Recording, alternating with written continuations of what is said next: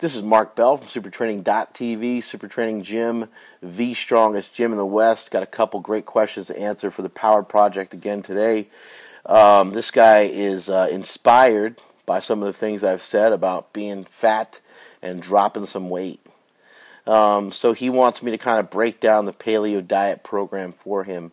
The best thing to do on that is to go ahead and purchase the book called The Paleo Solution by Rob Wolf.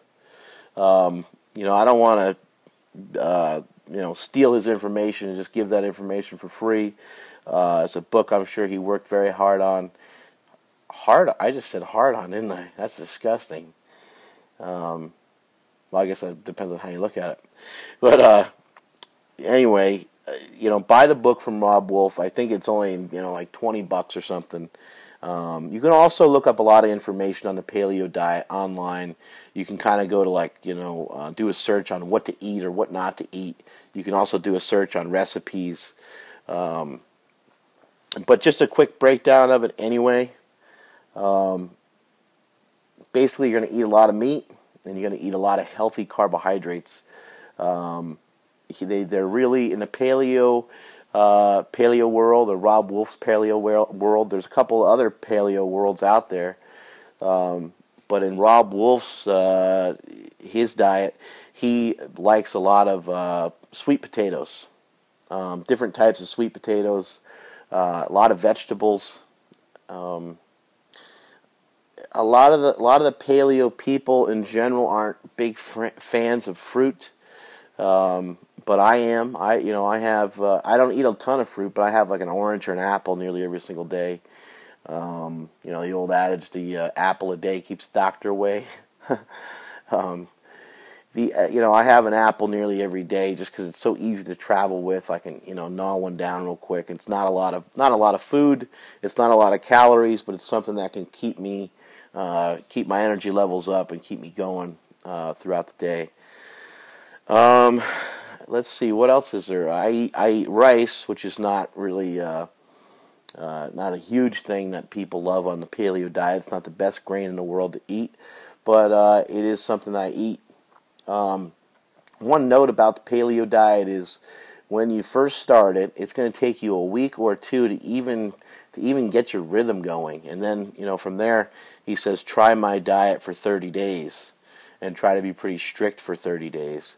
So I would give yourself like 8 or 10 days just to even start to get used to the thing, because it takes a while to get used to it. You're paralyzed. You don't know what to eat. You can eat bacon, but you want to get bacon that doesn't have nitrates and all other bullshit in it. Let's see, what else? Oh, sausage a lot of times can have gluten in it, so you're going to watch for that. You pretty much want to eat gluten-free and dairy-free. If you can't remember anything else, try to eat gluten-free and dairy-free. If you're not sure if something has gluten in it, try to find out the best way you can. One of the proteins that I take actually has some wheat and some gluten in it, but I don't really care. I don't really care that much. I'm just trying to limit it. I'm not trying to destroy it, and I'm not all crazy about paleo. I like the diet. It's helped me out tremendously. Where I think it helped me out first was with inflammation in my body. My body started to feel better. Knees started to feel better. Elbows started to feel better. All that stuff started to feel a little bit better. It's amazing. You eat well, you eat good, and you start to feel better. It's so strange, so weird, right? Hopefully that answers your question. You said you wanted to knock off 20, 30 pounds. And you don't feel the need to carry around that extra weight, because a guy like Chuck Vogelpool proves that you don't need that with a 1,200-pound squat at around 245 pounds. You're right. You don't need that extra body fat on. You can strip it off. You will lose a little bit of strength at first, but stick with it, and you'll be fine. One more note about dieting in general. Do your best to never allow yourself to get really, really hungry, especially if you have poor eating habits. If you allow yourself to get really hungry, you're going to make poor decisions and poor choices, and you're not going to be eating the proper foods that you set out to eat. A great tip that I've been doing for years is I'll throw down a protein shake before I go to the grocery store. or I'll throw down a couple eggs, or I'll eat a little bit of food, maybe a little bit of steak or something, before I go shop for food. Because when you're in that grocery store and those cookies are looking at you, you're like, damn. They look at you, you look at them. The chocolate chips meet your eyes, and it's just love at first sight. And you can't think of anything else except for eating that entire box of cookies.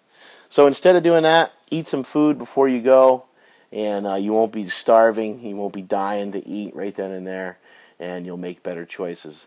That's it from supertraining.tv.